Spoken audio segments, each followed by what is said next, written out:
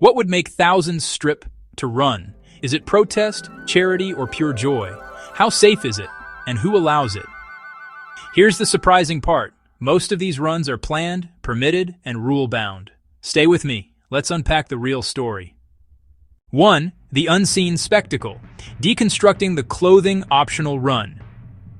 In the vast and varied world of athletic events, few concepts stir as much curiosity, debate, and misunderstanding as the so-called naked marathon. Often sensationalized by headlines, met with amusement and bewilderment, these gatherings are more nuanced than the name suggests. At its core, a clothing-optional run is an organized event where participants can choose to run without clothes. This is not chaotic or spontaneous.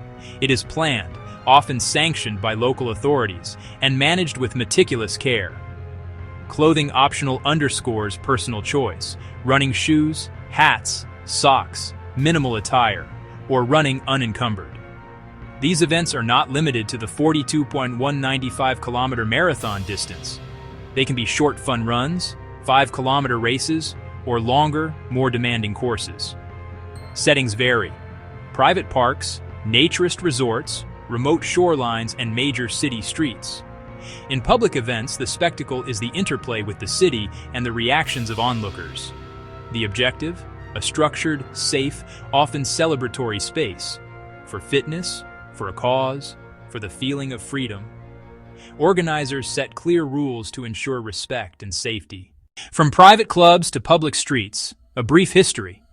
Running without clothes is not modern. It echoes through history and ideas about the body. Woven into cultural and philosophical movements, social nudity grew within naturist clubs long before public spectacle. Emerging in the late 19th and early 20th centuries, particularly in Germany and beyond. They promoted nudity in a social, non-sexual context, for physical and mental well-being. Shedding clothes to shed artifice, connect with nature, and build egalitarian community. The shift from private grounds to public streets was gradual and contentious. In the 60s and 70s, norms were challenged through protest, performance art, and personal expression. Streaking popularized public nudity as a statement, often for shock or humor. From guerrilla acts and spontaneous protests testing decency laws, to pioneers framing gatherings around charity and awareness, countering accusations of exhibitionism and gaining official acceptance. By the 90s and early 2000s, large-scale clothing-optional events proved peaceful and organized. Today blends early health philosophy with the expressive spirit of counterculture, activism with professional event management. Annual traditions, official sites, sponsorships. What began private is now a global phenomenon, reflecting freedom, community, and self-expression. To understand the appeal, look past the spectacle.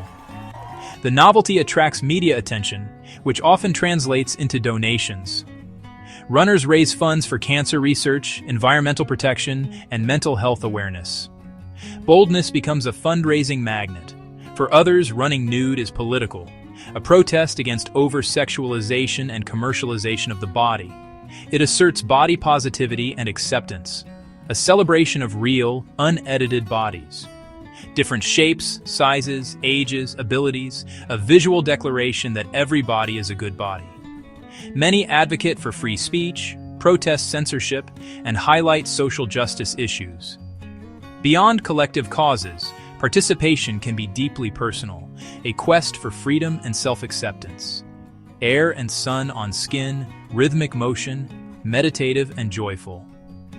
For those who've struggled with body image, shared running can be transformative. Some events frame the crowd as performance art, a living installation that challenges perception. For many athletes, it's simply another race. The challenge, the camaraderie, the personal best. For them, nudity is secondary. Finishing comes first. Ultimately, the reasons are as diverse as the individuals themselves.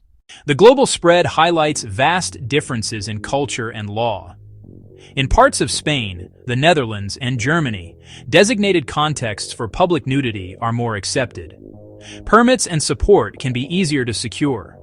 Events become part of the cultural calendar, like parades and festivals. They draw visitors and positive publicity. Elsewhere, including many parts of the United States, Asia, and the Middle East. Indecency laws are enforced rigorously. Organizers adapt with private venues like resorts and estates, or pursue legal arguments that the event is protected speech or protest, with mixed outcomes. Before a runner hits the street, dialogue begins, with mayors, police chiefs, and community councils. Organizers present comprehensive safety plans showing a respectful, orderly event.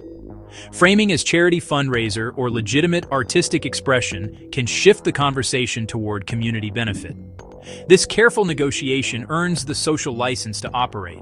The same act can read as freedom, protest, harmless eccentricity, or transgression, depending on the cultural lens.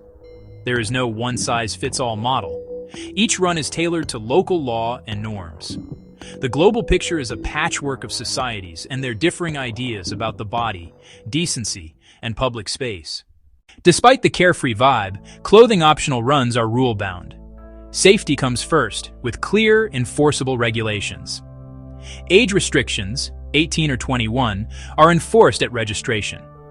There is no tolerance for harassment, inappropriate touching, or disrespectful behavior. Nudity does not imply consent for any other activity. Strict photography policies protect privacy. Many events ban personal cameras and rely on official, discreet photographers. Volunteers maintain a positive atmosphere, assist runners, and enforce the code. Clothing is optional, safety gear is not. Proper shoes, sunscreen, water, and medical support are standard. Courses are vetted and securely cordoned from traffic. Etiquette sustains the atmosphere. Don't stare. Treat nudity as background, not the focus. Respect personal choice, from fully nude to underwear, costumes, or body paint. No hierarchy, no pressure. Always ask for explicit consent before photographing an identifiable person. Be kind and mindful. People run for recovery, fundraising, and self-acceptance. When the last runner finishes and streets return to normal, a deeper meaning lingers. These runs spark conversation about freedom, conformity, and our complex relationship with the human body. By suspending a clothing norm, organizers and participants test written rules, and the unwritten ones that shape daily life. Ultimately, naked marathons and clothing-optional runs are about more than nudity. They are about charity, protest, art, and fitness. About community, vulnerability, and radical acceptance. Carefully planned and rule-bound, prioritizing safety and respect. They're a window into a subculture exploring personal and social freedom. In a world that asks us to cover up, literally and figuratively, what does it truly mean to feel free? Would you ever join a clothing-optional run? Why or why not? For more, explore our videos on global trends and travel. Thanks for watching.